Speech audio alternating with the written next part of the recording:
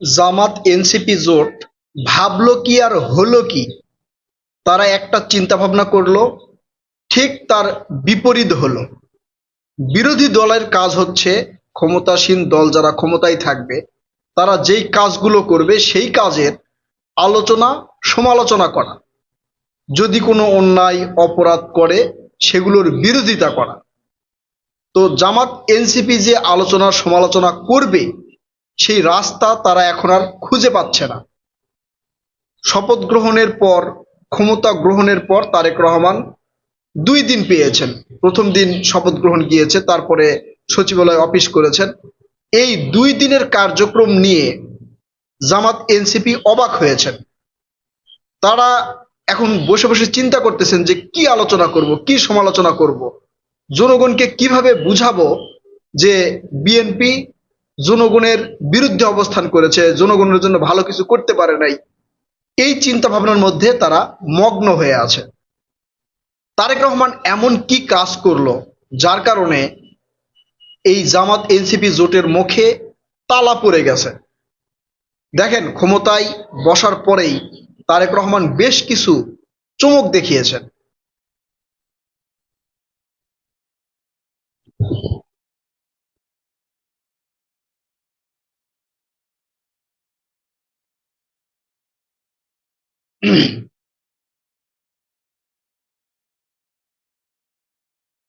সেই চমকগুলোর মধ্যে প্রথমেই তিনি ক্ষমতা গ্রহণের পর বললেন যে প্রধানমন্ত্রীর জন্য যেই 13টা বা 14টা গাড়ি বহর থাকে সেই গাড়ি বহর থাকবে না, মাত্র 4টি গাড়ি রাখতে হবে।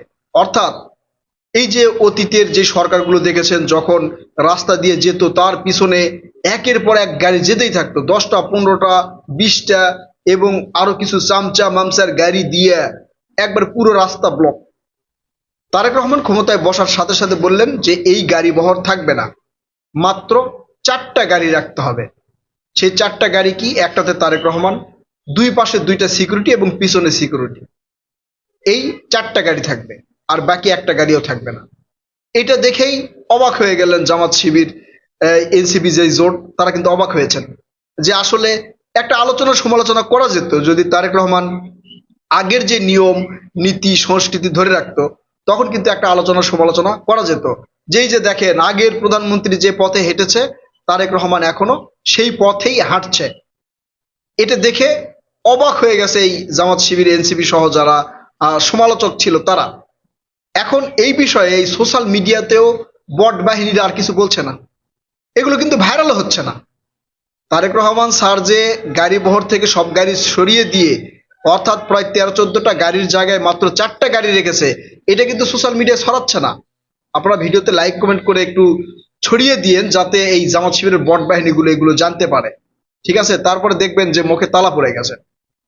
এখন এই একটা চমক। দ্বিতীয় চমক কি?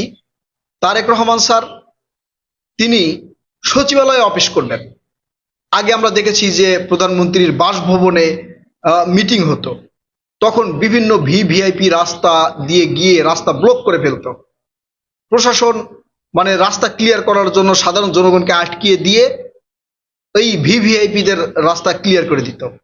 এটা প্রধানমন্ত্রীর কার্যালয়ে যখন এই অফিসটা হতো তখন এই ঝামেলাগুলো হতো এবং ঢাকায় প্রচুর যানজট হতো, এবং সেই ভিভিআইপি গুলো সচিবালয় থেকে বেশি যেত, আপনারা জানেন। এখন তারেক রহমান স্যার বলেছেন যে আমি সচিবালয়ে ক্যাবিনেট মিটিং করব, যাতে এই ভিভিআইপি গুলোর ওই রাস্তা ব্লক করে প্রধানমন্ত্রীর কার্যালয়ে যেতে না হয়। এখন এইটা জানার পরেও এই জামাত শিবির এনসিবির যে 11 দলীয় জোট ছিল এরা অবাক হয়েছে, হতবাক হয়েছে। কারণ রাস্তাঘাটে জ্যাম হবে, তখন তারা একটা মানে বিপ্লব তৈরি করবে যে এই সরকার ক্ষমতায় বসার পর থেকেই রাস্তাঘাটে প্রচুর জ্যাম, মানুষজন যেতে পারে না, মানুষজন বাজার করতে যেতে পারে না, মানুষ ঠিকমতো অফিসে যেতে পারে না। মানে এগুলো একটা বলার যেই চিন্তা ভাবনা ছিল, সেখান থেকেও তারা মানে একবারে হতভম্ব হলো। এটাও তারা করতে পারলো না। তারপরের যে চমকটা দিয়েছে সেটা আরো অভাবনীয় এবং অকল্পনীয়। তারেক রহমান স্যার অফিসে যাবেন, তিনি কোনো ধরনের মানে ভিভিআইপি প্রোটোকল নেবেন না। ভিভিআইপি প্রোটোকল মানে তিনি যখন বাসা থেকে অফিসে যাবেন সব রাস্তা ব্লক করে দিয়ে শুধু তার রাস্তায় ক্লিয়ার করে রাখবেন, 10 মিনিটের জায়গায় তিনি 3 মিনিটে যাবেন, অথবা হচ্ছে 1 ঘন্টার রাস্তায় তিনি 10 মিনিটে যাবেন, এরকম ভাবে এটাকে বলা হয় ভিভিআইপি প্রোটোকল। তো এই VVIP protocol Tarique Rahman sir নেবেন না। না নিয়ে তিনি বললেন যে সাধারণ জনগণ, সাধারণ পথচারীরা যেভাবে যায় ঠিক তিনিও সেভাবে যাবেন, এবং প্রথম দিন অফিসে তিনি সেভাবে এসেছেন, ট্রাফিক আইন মেনটেনেন্স করে তিনি অফিসে এসেছেন। এতে কিছু সমস্যা হবে, কারণ বাংলাদেশের বা কোনো একটা দেশের প্রধানমন্ত্রী যখন সময় লস করে অফিস করেন, তখন তার সম্পূর্ণ কার্যক্রম পরিচালনা করার জন্য তার অনেক সমস্যা কিন্তু ফেস করতে হবে, অনেক রাত পর্যন্ত তার পরিশ্রম করতে হবে। ধরেন একটা মিটিং আছে, সেখানে 10টায় মিটিং, হয়তো বাংলাদেশি মিটিংটা একটু আমি সরিয়ে রাখলাম।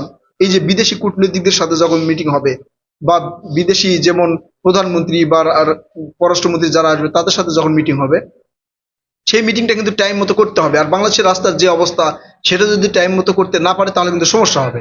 তো উদার হওয়া ভালো, দেশের যদি ক্ষতি হয় তাহলে সেই উদার হওয়া ভালো নয়। তারেক রহমান স্যার তিনি ট্রাফিক আইন মেনে আসবেন, সাধারণ পথচারীদের সাথে আসবেন, কিন্তু এই যে ভ্যালুয়েবল টাইম, যেটা মূল্যবান সময়, এই সময়গুলো তিনি কিভাবে কাভারেজ করবেন, সেটাও কিন্তু একটা প্রশ্ন থেকে যায়। যদিও বলা হয়েছে যে যখন দেখা যাবে যে একটা গুরুত্বপূর্ণ মিটিং আছে, সেখানে প্রয়োজনে 2 ঘন্টা আগে বের হওয়া হবে, তারপরে সাধারণ জনগণকে তিনি আসলে কষ্ট দিতে চান না। এটা নিয়ে আলোচনা সমালোচনা চলছে, তবে এটাও কিন্তু এই জামাত শিবির এনসিপির জন্য একটা চমক। এছাড়াও তিনি সবচেয়ে বড় যেই চমকটা দিয়েছেন, সেটা হচ্ছে সরকারিভাবে কোনো গাড়ি তিনি ব্যবহার করবেন না। তিনি যে গাড়ি ব্যবহার করবেন সেটা হচ্ছে তার ব্যক্তিগত গাড়ি। শুধু তাই নয়, সেই গাড়িতে যে জ্বালানি ব্যবহার করা হবে, সেই জ্বালানিটাও হবে তার নিজের টাকায়। অর্থাৎ প্রধানমন্ত্রী হিসাবে যেই বেতন ভাতা তার পাওয়ার কথা, বাড়ি ভাড়া থেকে সব শুরু করে যেটা পাওয়ার কথা, সেইটা থেকে তিনি এই গাড়ি, নিজের গাড়ি এবং হচ্ছে গাড়ির তেল, সেটা তিনি ব্যবহার করবেন। এখন এই এত কিছু এই 3 দিনের মধ্যেই শুরু হয়েছে। এছাড়াও আপনারা জানতে পেরেছেন যে এই যে ফ্যামিলি কার্ড যে প্রতিশ্রুতি দিয়েছিল, সেই ফ্যামিলি কার্ড কিভাবে দেওয়া হবে, কিভাবে কি করা হবে, সেই প্রক্রিয়ার জন্য কিন্তু মিটিংও হয়েছে। আবার এই যে কৃষি মন্ত্রী, তিনি কৃষক কার্ড এবং ফ্যামিলি কার্ড বিষয়ে কিন্তু সাংবাদিকদের ব্রিফ করেছেন। এছাড়াও সারা বাংলাদেশে যে বৃক্ষরোপণের বিষয়টা বলা হয়েছিল, সেটা নিয়েও আলোচনা চলছে। অর্থাৎ তারেক রহমান ক্ষমতায় বসার সাথে সাথে যতগুলো প্রতিশ্রুতি দিয়েছিলেন সেগুলো তো বাস্তবায়ন করার চেষ্টা করছেন। একই সাথে যে চমকগুলো দেখিয়েছেন, এই চমকগুলো দেখার পরে এই যে বিরোধী দল হিসাবে জামাত শিবির এনসিপির যে জোট রয়েছে, তারা যে কথাগুলো বলবে, সেই কথাগুলো কিন্তু তারা বলতে পারছে না। অর্থাৎ বিরোধী দলের যে কার্যক্রম, সরকারি দল এক একটা করে কাজ করবে, সেই কাজের আলোচনা সমালোচনা করবে বিরোধী দল, এটাই কিন্তু নিয়ম। কিন্তু আলোচনা সমালোচনার কোনো জায়গায় এখন পর্যন্ত রাখেননি। একটা আলোচনা সমালোচনার জায়গা রাখা হয়েছিল, সেটারও উত্তর কিন্তু দিয়ে দিয়েছে তারেক রহমান। আলোচনার জায়গাটা ছিল যে অন্তর্বর্তীকালীন সরকারের যিনি নিরাপত্তা উপদেষ্টা ছিলেন, তাকে আবারও পররাষ্ট্রমন্ত্রী করা হলো খলিলুর রহমানকে। তো এটা নিয়ে আলোচনা সমালোচনা করেছিল। তারেক রহমান বলেছিল যে আমরা মেধা দেখব, সে কোন বিষয়ে কার সাথে যুক্ত ছিল বা জড়িত ছিল সেটা আমরা দেখব না, আমরা মেধা দেখব। অর্থাৎ খলিলুর রহমানের মেধার ভিত্তিতে তাকে পররাষ্ট্রমন্ত্রী করা হয়েছে। তিনি যে ওই নির্বাচনে ওই বিএনপিকে সহযোগিতা করেছে, নির্বাচন ইঞ্জিনিয়ারিং করেছে, এই ধরনের প্রমাণ যদি পাওয়া যেত তাহলে তাকে মন্ত্রিপরিষদে নেওয়া হতো না। তো এই ধরনের প্রমাণ যেহেতু পাওয়া যায় নাই, বিধায় তার মেধার ভিত্তিতে কিন্তু তারেক রহমান সাহেব তাকে এই পররাষ্ট্রমন্ত্রী করেছেন। তো আলোচনা সমালোচনার জায়গা এখন পর্যন্ত ক্ষমতায় গ্রহণ করার পরে তারেক রহমান সেগুলো রাখে নাই। এই জন্য জামাত এনসিপি জোট যে মুখ খুলে কিছু বলবে সেগুলো বলতে পারছে না, আর এই ভিডিওগুলো বা এই কথাগুলো কিন্তু শেয়ারও হচ্ছে না। প্রিয় দর্শক, কথা হবে নতুন কোনো ভিডিওতে ইনশাল্লাহ। ততক্ষণ পর্যন্ত ভালো থাকবেন, চ্যানেলটি সাবস্ক্রাইব করবেন এবং ভিডিওটি লাইক কমেন্ট করবেন। আল্লাহ হাফেজ।